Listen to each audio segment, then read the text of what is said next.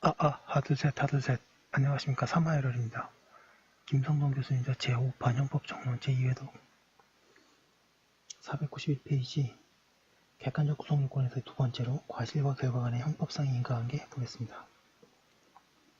사마에럴TV 절차 구독 추천 부탁드리고 유튜브 구독을 권합니다. 이번에 과실과 결과 간의 형법상의 인과관계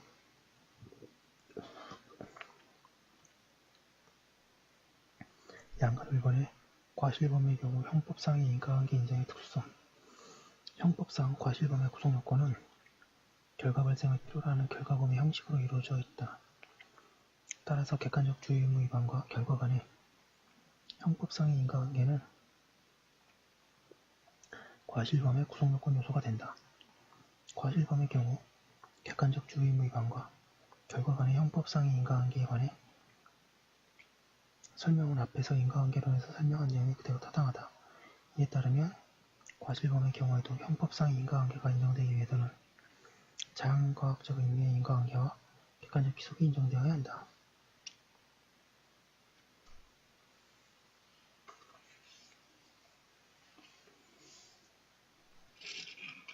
(492페이지) 객관적 기속 혹은 연결관계 인정, 척도와 관련해서는 위험의 발생 여부와 관련하여 행위자가 발생시킨 위험이 허용된 위험인지를 확인해야 하고 행위자가 객관적 주의 의무 위반적 행위를 통하여 위험을 감소시킨 것은 아닌지도 판단해 보아야 한다.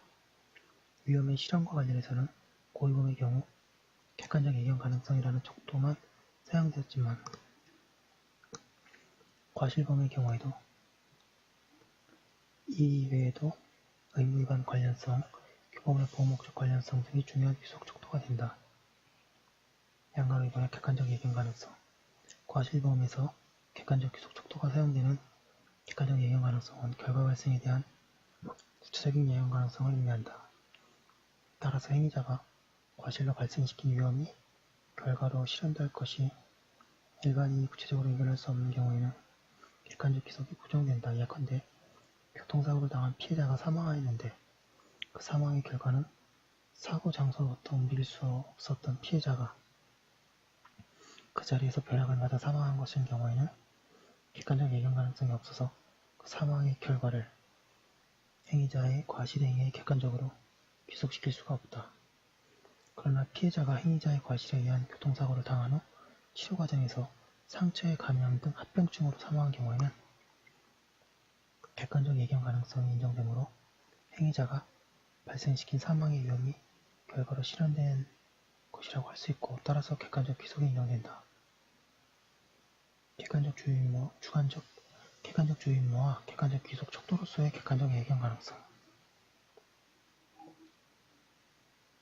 일부 견해와 같이 객관적 귀속의 척도로 사용되는 객관적 예견 가능성과 객관적 주의 의무의 인정 기준으로 사용되는 객관적 예견 가능성은 서로 중복되는 동일 개념이 아니다. 양자는 그 판단 기준에 있어서 모두 일반인의 판단 내지 평균인의 판단으로 동일하지만 그 판단의 시점은 서로 다르기 때문이다. 인과관계의 판단에서 객관적 예견 가능성 여부는 객관적 상당 인과관계설에 취하든 객관적 귀속이론을 취하든 결과 발생 493페이지 후의 시점에서 행위자의 행위 후에 개입된 모든 변수를 알고 있는 상황에서 판단하는 사후 판단이다. 하지만 과실 판단에서의 예견 가능성 여부는 일반인 평균인의 행위자가 행위 당시 처해 있는 상황을 기준으로 삼아 결과 발생에 대한 예견 가능성 여부를 판단하므로 사전 판단이다.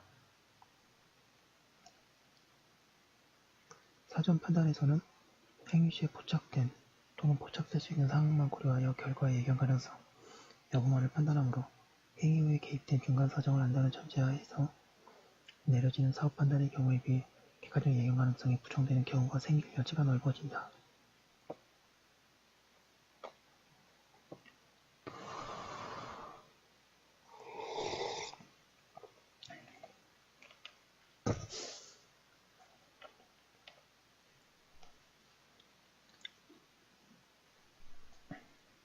양가로 3번에 주의의무 위반 관련성 방가 1번에 의의 주의의무 위반 관련성이란 발생된 결과를 객관적으로 귀속하기 위하여 행위자가 주의의무를 준수하였더라면 결과 발생을 방지할 수 있었다고 인정되어야 한다는 것을 말한다. 만약 행위자가 주의무를 준수하였더라면 결과가 방지될 수 있었을 것이 확실시된다면 행위자의 과실이 직접적으로 결과를 발생시켰다고 말할 수 있다. 하지만 반대로 만약 행위자가 주의무를 준수하였더라도 마찬가지 결과가 발생했을 것이 확실시되었을 경우에는 행위자의 과실이 발생시킨 위험이 아닌 다른 위험 요소가 결과에 직접 연결된 것이므로 행위자의 과실행위에 대한 결과 기속을 부정해야 한다. 따라서 오늘날 결과 기속 여부를 판단함에 있어서 의무위반 관련성 여부를 확인하기 위해서 다음과 같은 물음이 공식화되어 사용되고 있다. 행위자가 주의 의무에 합치되는 행위를 하였더라도 마찬가지의 결과가 발생했을 것이 확실히 되는가?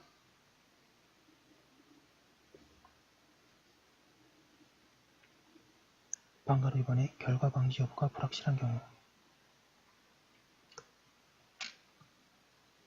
과실범의 경우에는 대부분 상황이 급박하거나 부지불식간에 벌어지며 더 나아가 결과 발생에 함께 영향을 미치는 중요한 다른 변수들이 동시에 혹은 순차적으로 진행되는 일이 비일비재하다.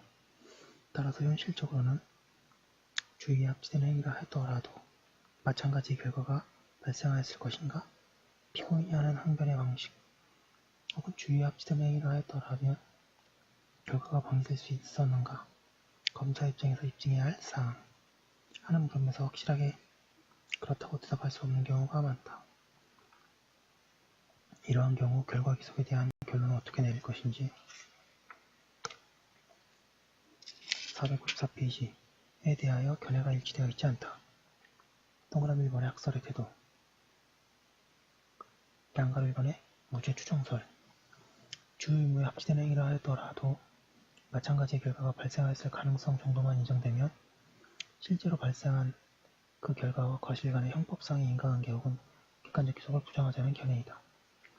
이 견해는 가상의 방법을 통한 미래의 사실 판단에 대해 의심스러울 때에는 피고인의 이익으로 라는 원칙을 기반으로 삼고 있다.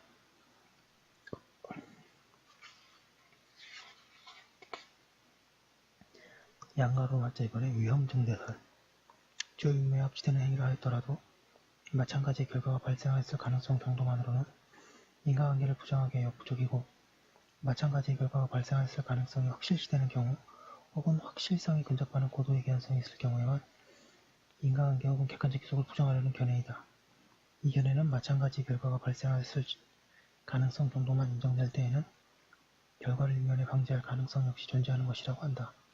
따라서 그러한 경우에 일단 행위자에게 과실이 인정된다는 것은 이 과실이 결과 발생의 위험성을 증대시킨 것이라고 할 수 있으므로 행위자에게 위험을 감소시킨 사실이 없는 이상 인과관계 혹은 객관적 기속을 부정할 수 없다고 한다.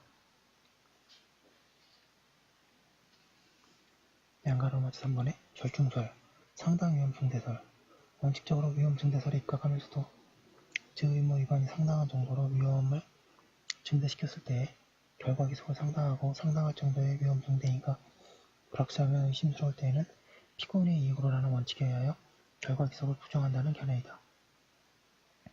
동그라미 2번의 판례의 태도, 무죄 추정설 대법원은 주의에 합치되는 행위를 했더라면 결과를 거의 확실하게 혹은 확실성에 근접한 개연성의 정도라도 피할 수 있을 것이 밝혀질 경우에만 주의 태만, 즉 과실이 결과의 직접적인 원인으로 인정되어 상당한 관계, 학설상으로는 객관적 기속이 인정된다고 한다. 이를 뒤집어 생각해보면 피고인이 495페이지 검사 입증에 맞서 주의에 합치되는 행위를 하였더라도 마찬가지의 결과가 발생하였을 가능성이 있음을 입증하기만 하면 형법상의 인과관계가 부정되어야 한다는 결론이 내려질 수 있다. 따라서 결국 판례의 태도는 무죄 추정설과 같은 견해라고 할 수 있다. 이러한 태도를 분명히 하고 있는 판례들이 계속 집적되고 있다.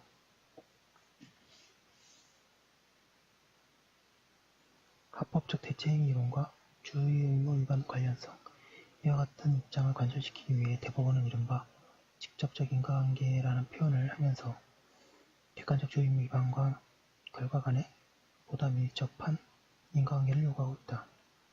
대법원의 과실과 결과 간의 직접적인 인과관계를 확인할 경우에 사용하는 방법은 행위자가 주의무를 위반하지 않았다고 가정하여 결과 발생 가능성 여부를 타진하는 방법이다.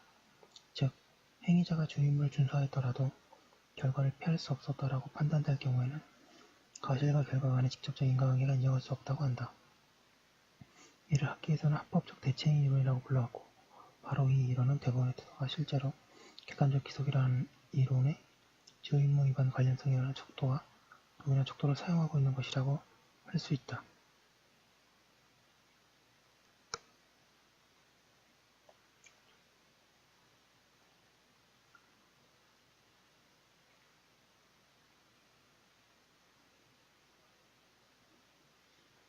다만 의무위반과 결과 간의 형법상의 인과관계 혹은 객관적 기소관계를 부정하기 위한 검증 방법으로서 합법적 행위, 주의무를 준수하는 행위를 가정적으로 대체해 넣었을 때 결과가 방지될 확률이 어느 정도인가 하는 문제와 관련하여 학설은 판례와 표현을 약간 달리하고 있다.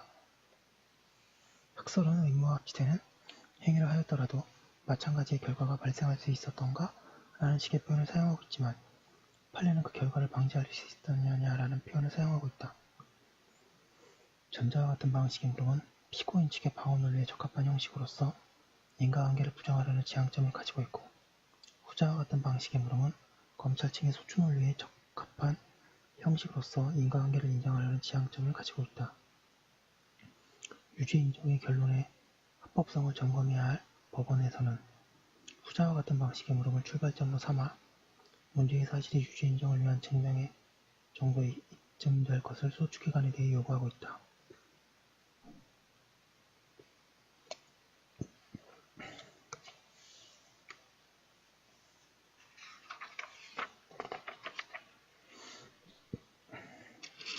(496페이지) 동그라미 3번의 결론. 위험 증대설은 의무위반 행위만 있으면 위험은 증대시키는 것으로 보아 주의무위반과 결과 간의 형법상의 인과관계를 인정하기 때문에 침해범, 결과범을 모두 추상적 위험범으로 전환시키는 결과를 낳아 입법자 의도를 벗어나게 되는 문제점을 안고 있다. 위험 증대설이 인과관계의 성립을 부정하는 거증 책임을 피고인에게 전환시키는 소송법적 의미를 부여하는 의미를 가지고 있지만, 이와 같이 법률상의 근거 없는 거증 책임의 전환 논리는 피고인의 방어권을 제어할 뿐만 아니라 소추기관의 입증을 곤란함을 피고인의 부담으로 돌리는 결과가 되어 받아들이기 곤란하다. 절중설의 입장은 피고인의 방어권 보장에 무게를 실어주고 있는 점에서는 긍정적인 요소가 엿보이지만, 문제된 주의무위반과 결과 발생 간의 상당인과 관계설의 입장에서 보아 상당성이 인정될 수 있는가 하는 물음에 대해 또다시 상당성으로 답하고 있어 동어 반복이 불가하다는 문제점이 보이고 있다.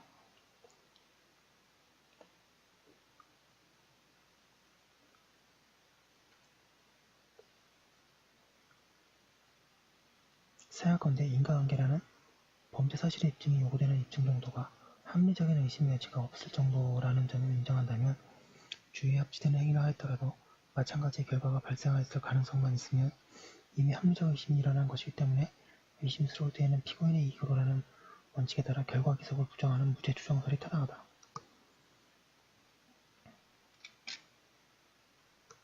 합법적 대체행위 이론과 가설적 제거 절차의 차이. 합법적 대체행위 이론은 과실범의 경우 주의무의 불이행이라는 행위자의 태도를 적극적으로 보완하여 요구되는 주의 합치적 행위를 대체하여 투입하는 방법이므로 대법원이 전통적인 조건설의 가설적 제거 절차를 이용한다는 비판은 타당하지 않다. 대법원이 과실범의 경우 직접적 이행관계를 점검하는 방식은 전통적인 조건설의 가설적 제거 절차가 아니라 가설적 투입 절차를 활용하고 있기 때문이다. 양감 4번의 규범의 보호목적 관련성. 규범의 보호목적 관련성이란 행위자의 주의무에 의해 발생한 결과의 방지가 그 주의규정이 보호하고자 하는 목적 범위 내의 것이어야 한다는 의미를 가지는 결과 기속의 전제 조건을 말한다. 이에 따르면 행위자의 의무위반 행위와 결과 간의 주의무위반 관련성이 긍정되더라도 그 주의규정이 보호하는 목적 범위 밖의 결과에 대해서는 객관적 기속이 부정되어야 한다. 만약 그렇지 않고 보호목적 밖의 결과에 대해서도 497페이지 객관적 기속이 긍정한다면 행위자가 위반한 주의규정에 위반 제한된 보호기능이 모순될 것이기 때문이다.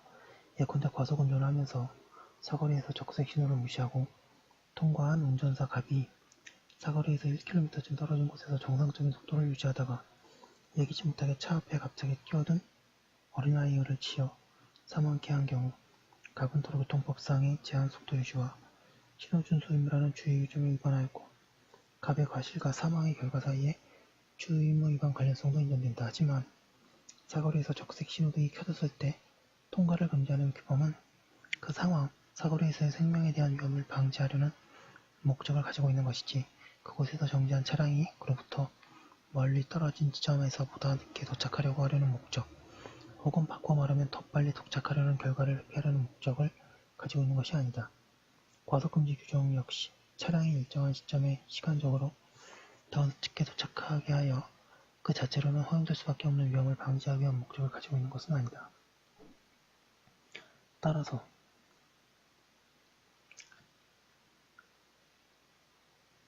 주의규범의 보호목적 관련성이라는 규속 척도에 비추어 보아 우리 사망한 결과를 갑의 주의의무 위반 행위로 기소시킬 수 없는 사건에 해당한다고 결론을 내려야 한다. 규범의 보호목적 관련성이라는 척도를 사용할 수 있는 경우 주의의무 위반 관련성이라는 척도와 비교해보면 규범의 보호목적 관련성이라는 귀속 척도를 가지고 객관적 기속을 부정할 수 있는 사례는 흔하지 않다. 연탄가스 중독 사건, 삼거리 교통사고 사건, 승객 치막근 사건, 열차 건너물 중독 사건 등의 규범의 보호목적과 498페이지 연관시켜 설명되고 있는 이에 해당한다.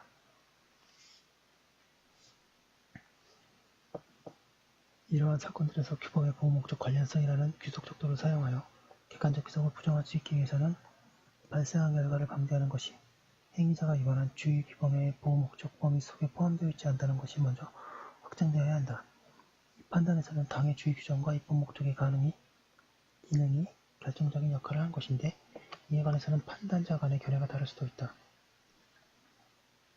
위 연탄가스 중독 사건에서의 의사의 진료 및 요양 의무라는 주의 규범이 보호 목적이 동일한 중독 사건이 재발하지 않는 데에 있다고도 할 수 있어서 발생된 결과가 위반된 규범의 보호 목적 범위 내에 있는 것이라고 할 수 있다.